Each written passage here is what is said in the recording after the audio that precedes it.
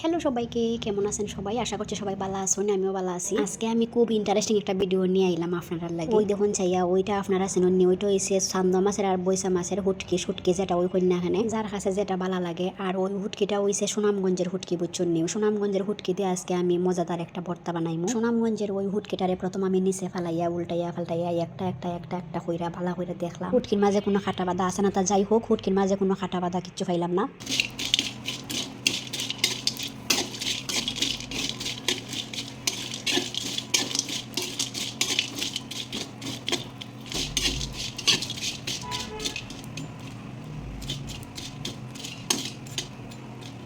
হুটকিটা বাজার সময় খুবই সাবধান, চোলার আগুনটা একবারেও কম থাকবো।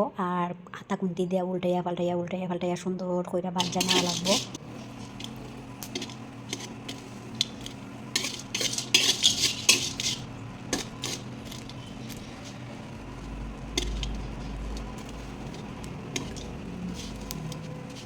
একবারে কম কম আগুন দিয়া আস্তে আস্তে হুটকিটারে বাজা লাগবো। তাড়াহুড়া করলে একদমই হইতো না। বোঝা লাগবো এটা কিন্তু সুনামগঞ্জের হুটকি, তাড়াহুড়া করলে একদম ফুইরা ছাই হয়ে যাবো। আমি যে হুটকিটা নিতে বাঁচতাছি কত সুন্দর করে দেখতাছি, কত ধৈর্য সহকারে বাঁচতাছি উল্টাইয়া ফাল্টাইয়া। আর যে হুটকিটা একটু বড় বড় ওইটান আমি কুন্তি দিয়া সাফ মাইরা দৈরা দৈরা বাঁচতাছি। চিন্তা করছেন কত ধৈর্যর দরকার। আমার আবার বালাই ধৈর্য আছে। যাই হোক, আমার হুটকি বাজা শেষ। কখন শুরু হইলো হুটকি পর তার আরেক ফরবো। ওখানেও দেখতাছেন আপনারা ছোট গাইলের মতো। আমরা ছোট থেকে গ্রাম যেটারে গাইল নামে চিন্না আইলাম, টাউন আইয়া দেখি ওইটার নাম বুঝি কুটুনি। ওখানে আপনারা ইচ্ছা, আপনারা ছোট গাইলই কইবা না কুটুনিও কইবা, যার যেটা ভালো লাগে। সবচাইতে মজার বিষয় হইছে ওই কুটুনির সাহায্যে আজকে আমি হুটকি ভর্তাটা বানাই। ছোট গাইলের মাঝে আমি সব দিলাম, বাজা হুটকি, কাঁচামরিচ, পেঁয়াজ আর লবণ দিলাইতেছি। ওই হুটকি ভর্তাটা আমি খালি কাঁচামরিচ দিয়ে করবো, আর কোনো হুকনা মরিচ টুকনা মরিচ দিতাম না। আমরা তো মোটামুটি সবাই জানি সুনামগঞ্জ মাছের লাগে সেরা, মাছের লাগে যেমন সেরা হুটকির লাগেও তেমন সেরা। আর সেরা জেলার সেরা হুটকি আমার একজন দিদি আমারে দিছেন। যে দিদি আমারে সুনামগঞ্জের খাখড়াও দিছিলা, দিদির বাড়ি ওই সুনামগঞ্জ। আর খাখড়ার ভিডিও আমি আপনাদের সাথে শেয়ার করছি, আপনাদের কাছ থেকে অনেক অনেক ভালোবাসা পাইছি। তাই ভাবলাম আজকে সুনামগঞ্জের হুটকি ভর্তাটাও আপনাদের সাথে শেয়ার করি।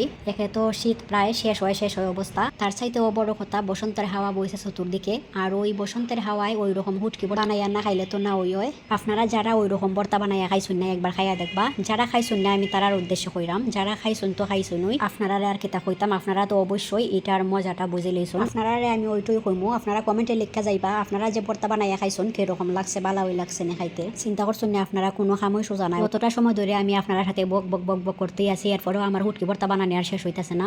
আমরা কাছে যে কোনো জিনিস বানাইতে গেলে কষ্ট হইতে পারে, কিন্তু আমরা জিব্রার কাছে কোনো কিছুই কষ্ট নাই।